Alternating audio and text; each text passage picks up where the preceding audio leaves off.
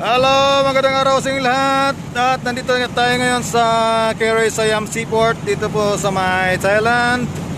At mayroon tayong mask ngayon at saka hard hat at saka itong glasses natin kasi napaka alikabok na area ito at napaka init din ng panahon dito.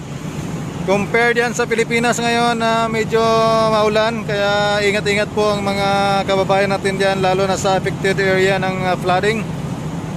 So ito nga ang panahon ngayon, medyo mainit dito pero makulimlim, may pagka makulimlim. Pero dito sa Karae Sayam Seaport, nakit natin ang barkong ito, Eternity Blue, sa mga Filipino nandyan. At meron pang isa nandito sa kabila, Macho Zero, puro Filipino din. At yan, ang gusto kong i-feature ngayon, itong isang special na barko nandito. Itong pinakamalaki na barko nito, itong Forest Harmony. Kung makikita ninyo, mula doon yung mga truck na yan, may mga kargang wood chips. Dito yan lahat ikarga dito. Yan, ikarga diyan sa barkong ito. Ito yung wood chips carrier, Forest Harmony. So wala na yung guard. Akyat tayo dito sa guard para makita natin. So parang tayong guard ngayon. So ayan, akyatin natin saglit yan. Tingnan natin kasi hindi ko pa na-update tong barkong ito, kung ano yung mga crew na nandyan. Tingnan natin kung kumustahin natin sila. So napaka-busy ngayon ang port ngayon. So ito yung galing sa barkong yan, galing ng Macho Zero.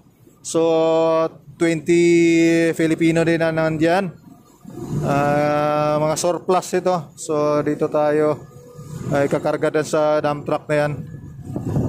At yan nga, so napakarami pang ikakarga nilang wood chips ngayon. So akyatin natin ngayon yan yung Forest Harmony. Titingnan natin kung ano yung mga crew na nandyan. Okay, so let's go na. Tingnan natin. Akyat mo na ito sa watchtower na to. Ayan, dito na tayo sa ilalim ng barko. So ayan yung hagdan na akyatin natin, no? Napakataas nito. Napakataas. Ayan, akyatin natin yan hanggang doon.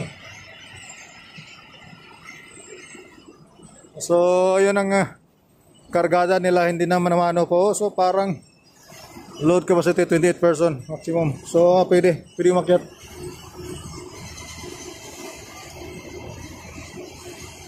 Okay, so stop ko muna. Akyat na tayo dito. So ayan, nakaabot na tayo dito sa taas. Ay, hinihingal ako sa akyat nito. Thank you. So ito yung si Watchman. So ayan, nandito na ko sa taas ng Forest Harmony. Akala ko Forest Ranger. Ito ng kababayan natin taga Negros. So puro mga Pilipino pala nandito. 20 ba kayo? 20 lahat sila. Okay, so tingnan natin yung lalim ng barkong. Iakyat natin to kung nandiyan na yung kargada nila na malapit na bang matapos. Kasi yun nga, napakataas. Kita nyo na to, yung nakakrusada pa yung kakarga nila to. Napakarami na, ilang truck pa yan. Okay, so tingnan natin. Katapos ko lang kumausap ng ibang mga kasama nila. So lunch break nila. Ito, malaking tulong nga to. Nagamit tayo ng goggles at saka mask. Saka yan, may resto ng karga. Hello sir. Ito, ayan ang kargada. Bilis pala, no? Ang bilis ng parang tubig lang to. Hindi mo kalain ng kahoy pala yan. Parang ordinaryo na lang yung baba, oh. Malapit na agad mapuno, oh. Ilang tons to, sir, pag napuno? Nasa 9. Oh, 9. Kasi lahat ito, 50,000?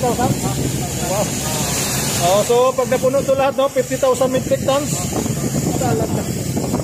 Talaga naman. Napakalalim. Okay sir, salamat. Salamat sir, salamat. Ayan, nakita natin itong lalim ng kargada nila sa barkong yan. Ang bilis lang pala, kayang punuin to kagad. Okay, so ayan lang po muna ngayon sa araw na to.